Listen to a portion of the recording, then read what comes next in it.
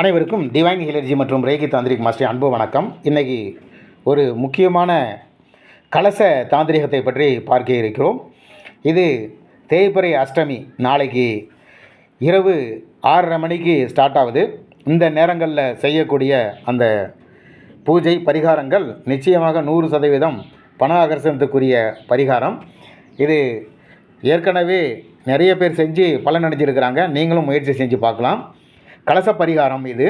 கலசம் என்பது ஒரு மகா தத்துவம். அதில் இல்லாத ஒரு விஷயமே கிடையாது. தெய்வத்தை ஆகர்ஷணம் செய்கிறதுக்கு கோயில்களில் இந்த கலசத்தை தான் வைப்பாங்க.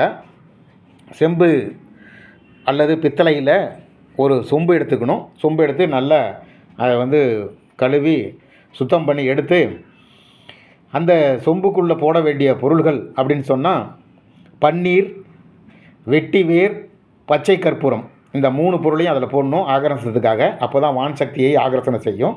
இந்த வான் சக்தியை ஆகர்ஷணம் செய்யக்கூடிய முக்கியமான 2 பொருள்கள் மா இலை, 5 மா இலை அதனுடைய ஆண்டனாவாக செயல்படுது. தேங்காய் ஒரு மிகப்பெரிய நெட்வொர்க்காக செயல்படும். அது தேங்காயை என்ன சொல்லலாம் அப்படின்னு சொன்னால் செல்ஃபோன் டவருக்கு ஒப்பானது.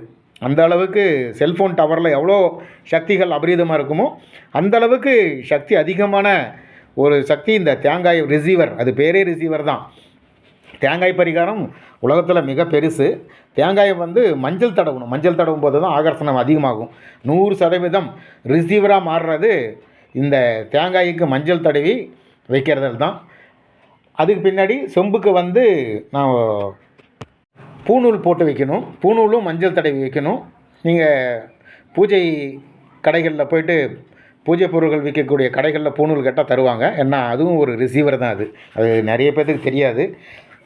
நிறைய பிராமணர்கள் ஏன் போடுறாங்க அப்படின்னு சொன்னால் அது ரிசீவருக்காக தான் போடுறாங்க.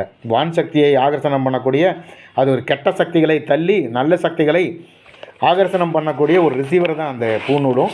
இப்போ வெளியில் இருக்கக்கூடியதில் 3 ரிசீவர். ஒன்று ஒரு செல்ஃபோன் டவருக்கு ஒப்பான தேங்காய், மஞ்சள் தேங்காய். 2வது மா இலை, அதுவும் ஒரு ரிசீவர் தான். மா இலை நல்ல சக்திகளை தன்னுடைய இலையினுடைய நுனியிலிருந்து ரிசீவ் பண்ணி உள்ள சொம்புக்குள்ளே கொடுக்கக்கூடியது.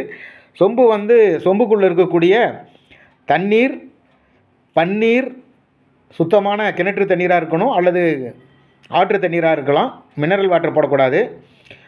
தண்ணீர் முக்கால் அளவுக்கு தண்ணீர் போட்டு அதில் பன்னீர் போட வேண்டும். ரோஸ் வாட்டர்னு சொல்லக்கூடிய பன்னீர் போட வேண்டும்.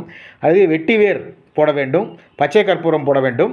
இதெல்லாம் சக்திகளை அப்படியே நிலைநிறுத்தக்கூடியது. மிக அற்புதமான பண ஆகர்ஷணத்துக்குரிய தாந்திரிகம். இது மகாலட்சுமி குடுவைன்னு இதுக்கு பேர். இந்த குடுவையை மஞ்சள் அரிசியில் ஒரு காப்பர் தட்டில் மஞ்சளில் அரிசியை அது பேர் ரக்ஷை அப்படின்னு சொல்லுவாங்க. திருமணத்தினுடைய சமயத்திலையும் கோயில் கும்பாபிஷேக சமயத்திலையும் இந்த ரக்ஷை எல்லாத்து கையிலையும் கொடுத்து சாமி மேலே அல்லது திருமண நேரத்தில் மணப்பெண்கள் மேலே, மணமகன் மேலே போடுறதுக்கு கொடுப்பாங்க. அதுவும் பாசிட்டிவ் எனர்ஜி தான். அதுக்கு கீழே இந்த சொம்பை வைக்கணும். காப்பர் தட்டு, காப்பர் சொம்பு. இதெல்லாம் இல்லாமல் வான் சக்திக்குரிய பொருள் பூக்கள். உங்கள்கிட்ட என்னென்ன வகையிலான பூக்கள் இருக்கோ அந்த பூக்கள் எல்லாம் அதில் போட்டு வச்சோம்னா இது ஒரு தாந்திரீகம். இது பண ஆகர்ஷணத்துக்குரிய மகாலட்சுமி குடுவை தாந்திரீகம். இதுக்குரிய மகாலட்சுமியினுடைய காயத்ரி மந்திரம் அப்படின்னு சொல்லிட்டு ஒன்று இருக்குது. ஓம் மகாலட்சுமிசே வித்மகி விஷ்ணு பத்னிச்சே தீமகி தன்னு லட்சுமி பிரசோதயாத். அப்படின்னா என்ன அர்த்தம்னா, இந்த காயத்ரி மந்திரத்தின் மூலமாக மகாலட்சுமி இங்கே இறங்கணும் அப்படின்னு கூப்பிட்றது தான் அந்த மந்திரம். ஓம் மகாலட்சுமிசே வித்மகி விஷ்ணு பத்னிச்சே தீமகி தன்னோ லட்சுமி பிரசோதயாத். பிரசோதயாத் அப்படின்னா ஐக்கியமாகணும் இந்த குடுவையில் அப்படின்னு. மகாலட்சுமி அப்புறம் மகாலட்சுமி தன்மைகள் எல்லாமே இதில் இறங்கிடும். அவ்வளவு அற்புதமான தாந்திரிகம் இது. பூஜை அறையில் நம்ம தேய்பிறை அஷ்டமி நாளைக்கு சாயந்தரம் 6:30 மணிக்கு ஸ்டார்ட் ஆகுது. இது இருக்கிறவங்க செய்யலாம். இது for information, only for information. இருக்கிறவங்க செய்யலாம், இல்லாதவங்க தெரிஞ்சுக்கலாம். இது மிக அற்புதமான ஒரு தாந்திரிகம். இந்த குடுவையை நம்ம வீட்டில் எப்பயுமே வச்சுருந்தோம்னா செல்வம் ஏதோ ஒரு வகையில், எந்த வகையில்னு தெரியாது, உலகத்தில் வந்து நிறைய பேர் பணத்தை வந்து உழைக்காமலே நிறைய பேர்த்துக்கு பணம் கிடச்சிருக்கிறத நம்ம தெரிஞ்சிருக்குது. நம்மளுக்கு புரியும், தெரிஞ்சிருக்கிறோம். எனவே எந்த வகையில் வருது அப்படின்னு இல்லை, கட்டாயம் வரும். நம்பிக்கை தான் வந்து வாழ்க்கை.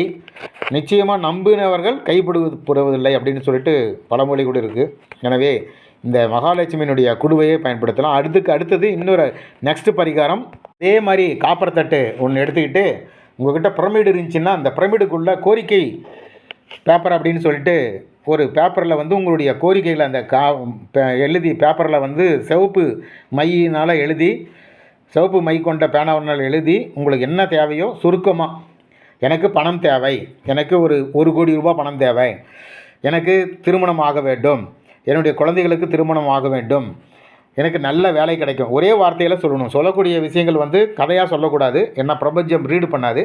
இந்த பிரமிடுகளுக்குள்ளே வச்சுட்டு நாம் இதை சுற்றிலும் பச்சை கற்பூரம் வந்து வைக்கணும், எலுமிச்சம்பழம் வைக்கணும், நிச்சயமாக பூக்களெல்லாம் வைக்கணும். அது கீழே அது வைக்க வேண்டிய பொருள் வந்து காப்பர் தட்டு தான். காப்பர் தட்டில் வச்சா தான் அது ஆகர்ஷணமே ஆகும், இல்லைன்னா ஆகர்ஷணம் ஆகாது. பக்கத்தில் காப்பர் குடுவை ஏதாவது இருந்துச்சுன்னா, ஏதாவது பாத்திரங்கள் சின்ன டம்ளருங்க ஏதாவது இருந்துச்சுன்னா அதுக்குள்ளே தண்ணி ஊற்றி அதுலேயும் பச்சை கற்பூரம் போட்டணும். பச்சை கற்பூரம் மகாலட்சுமியினுடைய மிகப்பெரிய ஆகர்ஷண தாந்திரிகம் அது.